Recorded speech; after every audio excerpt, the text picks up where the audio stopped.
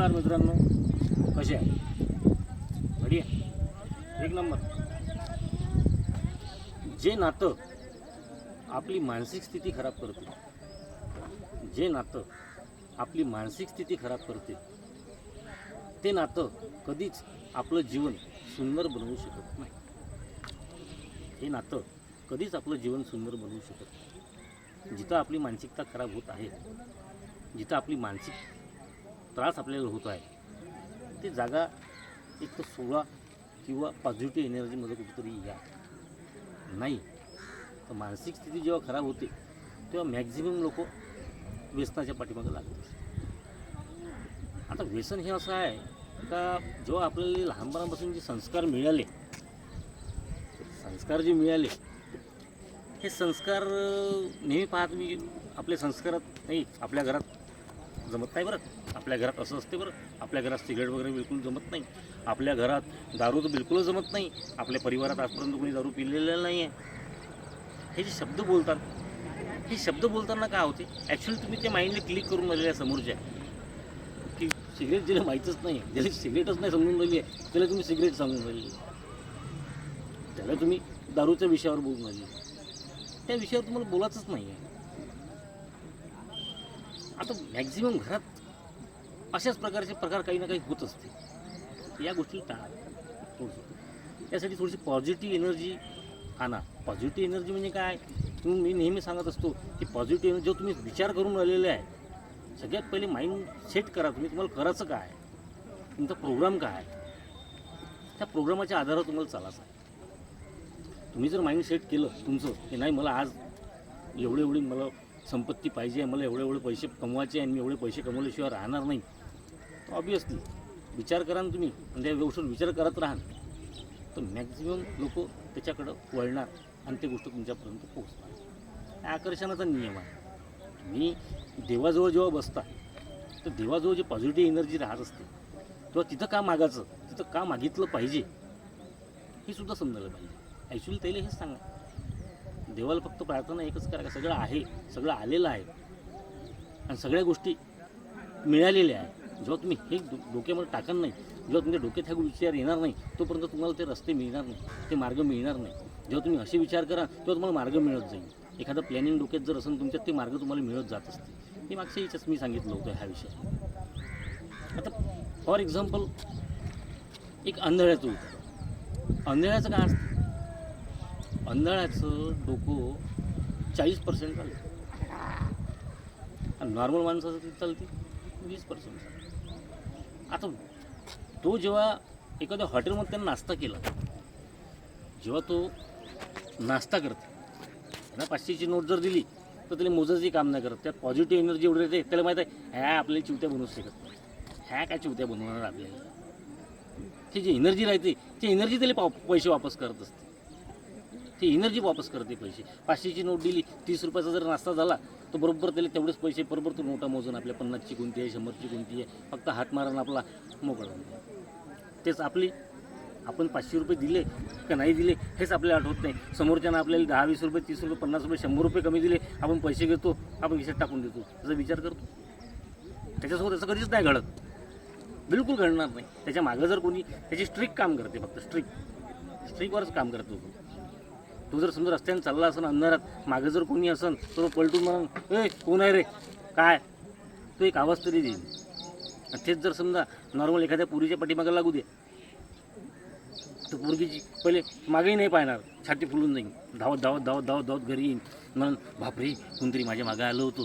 मग जेव्हा वडीलधारी माणसं बाहेर निघते, नाही म्हणते कुत्रं आहे, म्हणते कुत्रं होतं, म्हणजे तिलाही बरं वाटतं, तिला वाटतं बाप, ती थोडीशी नाराज होऊन जाते, कोणतरी पाठीमाग पाहिजे. ते ऊर्जा, तिची इच्छाशक्ती आहे, कोणतरी जीवनात आपल्यावर यावं, अशा प्रकारचं काहीतरी चांगलं घडावं, ती इच्छाशक्तीच काम करत असते. मी नेहमी पहा घरात नवरा बायकोमध्ये नेहमी एक विषय टॉपिक नेहमीच आहे. त्याच्या घरी एवढं आहे, त्याच्या घरी तेवढं आहे, त्याच्या घरी सोफा आला, त्याच्या घरी फ्रीज आला, आपल्या घरात काहीच नाही, आपण पोराचा विचार करत नाही. ॲक्च्युली तिची इच्छाशक्ती काम करते, तुमची नाही करत. ज्या घरात वस्तू येऊन राहिलेल्या आहे, ज्या घर चालून राहिलेलं आहे, ते तिच्यामुळं होते, तिच्या विचारांना घडते, तुमच्या विचारांना नाही घडत. तुमच्या भरोश्यावरती काम नाहीच आहे. कारण तुम्ही फक्त पैसे कमवता, पैसे आणता. त्याची इच्छा ते तर आयतं करून आयतं मिळून राहिलं तिला सगळं. त्याच्या इच्छाशक्तीच्या भरवशावर तिला सगळ्या गोष्टी मिळून राहिलेल्या आहे. त्याच्या इच्छाशक्तीनं सगळ्या गोष्टी सुरू आहे. घर बनवून राहिलेलं आहे, इच्छाशक्तीनं बनवून राहिलेला आहे. जो विचार नाही केला ते झालेला आहे. हे तुम्हाला असं वाटतं, पण ॲक्च्युली बाईची इच्छा, मानसिकता तशीच घडलेली आहे, त्याचप्रमाणे घडलेली आहे. आता जेव्हा तुम्ही या प्रोग्रामवर पाहान तुम्ही व्यसनाधीन लोक कसे होते, व्यसनाधीन कसे होते, ते ॲक्च्युली क्राईमवर जर तुम्ही विचार केला तर मॅक्झिमम क्राईम व्यसनाच्या आधारे क्राईम झालेले आहे. 70% प्रोग्राम माइंडच्या म्हणजे आपल्या क्राईमच्या वर्षावर झालेला आहे. हा क्राईम फक्त व्यसनामुळे होऊन राहिलेला आहे. कारण त्याच्या डोक्यात जे विचार चालू आहे त्या बेवळ्याच्या, ज्या भाषा आपण बेवळा नेहमी वापरतो, ते बेवळा याच्यासाठीच वापरल्या जाते का त्याला ह्या गोष्टी क्लिक झाल्या पाहिजे, त्याला ह्या गोष्टीची जाणीव झाली पाहिजे, म्हणून आम्ही हा बेवळा शब्द वापरत असतो. आम्ही स्वतः बेवळेच आहोत. आम्ही स्वतःला रिअलाईज करत असतो की बेवळा बेवळा बेवळा म्हणजे आम्ही त्या मार्गावर जाणार नाही, त्या मार्गावर आम्ही कुठेतरी थांबून राहू. हाच एक माध्यम आहे. आता क्राईममध्ये एक किस्सा असा घडलेला आहे की 17-18 वर्षाच्या एका पोरानं वडिलांनी चाकू मारून दिला. चाकू घेतला, सरळ मागं मारून दिला. तो पोलीस स्टेशनला गेला. पोलीस स्टेशनला गेल्याच्यानंतर त्यानं कंप्लेंट केली. कंप्लेंट केल्या पोलीस स्टेशनमधले लोक तुम्हाला सगळ्यात पहिले चांगलंच सांगतील, बेकार सांगत नाही ते लोक. तुम्ही ते अंदर टाका आणि तुम्ही तुमचा पोरगा तुम्हाला जमानत करावं लागेल, तुम्हाला स्टेल कुठे बाहेर काढावं लागेल, तुमचं कुठेतरी नुकसान झालं नाही पाहिजे म्हणून समजुतीच्या मार्गावर तुम्हाला पुन्हा टाकून देते. कुठंतरी तो क्राईम वाचवण्याचा प्रयत्न करतो. त्याच्यानंतर आम्हाला फोन आला, आम्ही गेलो. मग वा तुम्ही याला घेऊन जा, तुम्ही काहीतरी असं करा. ठीक आहे. त्यानंतर त्याला आम्ही घेऊन गेलो. 2-3 महिने आमच्याजवळ राहिला. आमच्याजवळ राहिल्याच्यानंतर तो माणूस पोरगा एक नंबर, मला त्या डोक्यात कोणत्या प्रकारचा विचार नाही आला.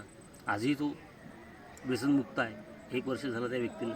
तो आज आपला परिवार चांगला सांभाळून राहिलेला आहे. सगळ्या गोष्टी बरोबर त्याच्या घडून राहिलेल्या आहे. अशा प्रकारचा माध्यम आहे.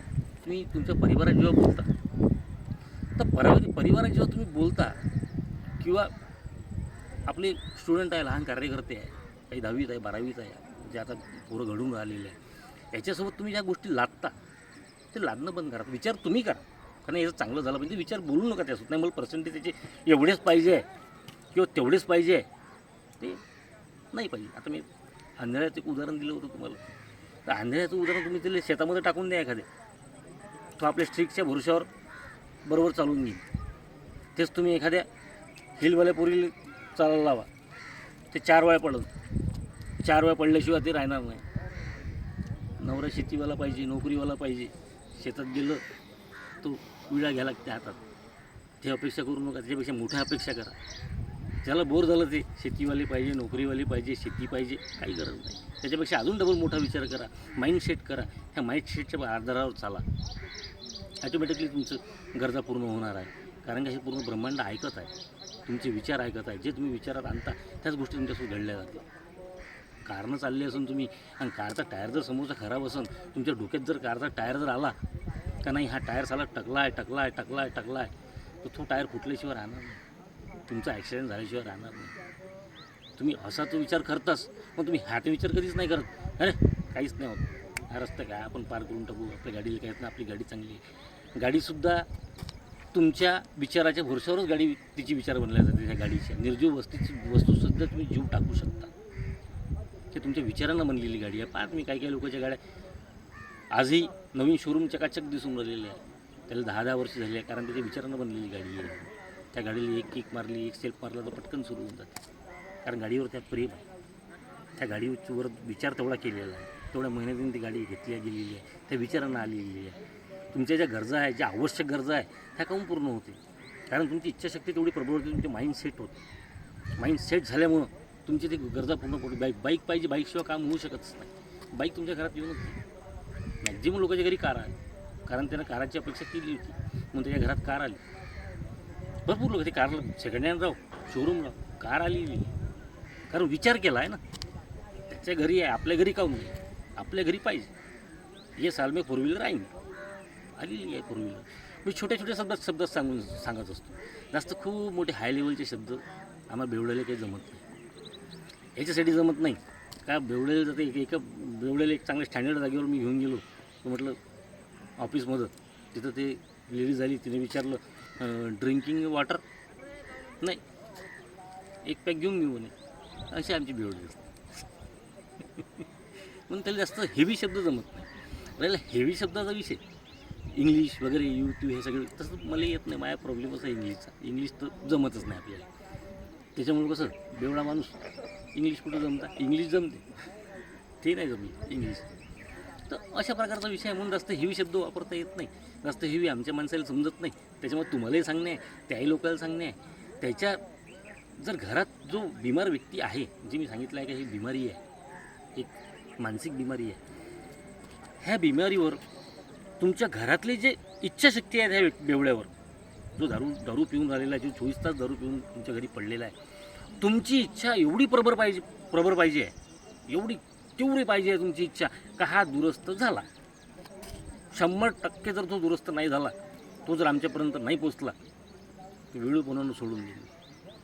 तो आमच्यापर्यंत पोहोचन म्हणजे पोहोचन, कारण आमची इच्छाशक्ती इथपर्यंत पोहोचलेली आहे. आमचं माइंड सेट झालेलं आहे तर तुम्ही एक दिवस आमच्या दारात याल किंवा आम्ही तुमच्या दारापर्यंत येऊ, एवढी इच्छाशक्ती आमची आहे आणि आम्ही करून राहिलेलो आहोत आणि केलेलं आहे. भरपूरसे लोक असे घडलेले आहे, घडवलेले आहे. त्याच्यामुळं काही प्रॉब्लेम नाही. तुम्हीसुद्धा लोक करू शकता आणि तुम्ही करायला पाहिजे.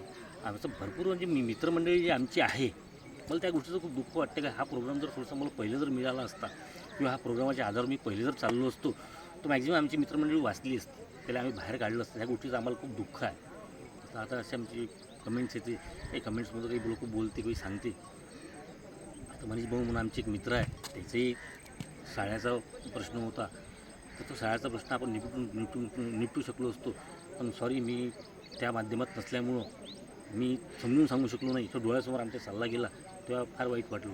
असे भरपूरसे लोक आहे जे आज निघून राहिले, हे याच्या आधीच निघाले असते, त्याचंही दुःख वाटते आपल्याला, तर तो निघन.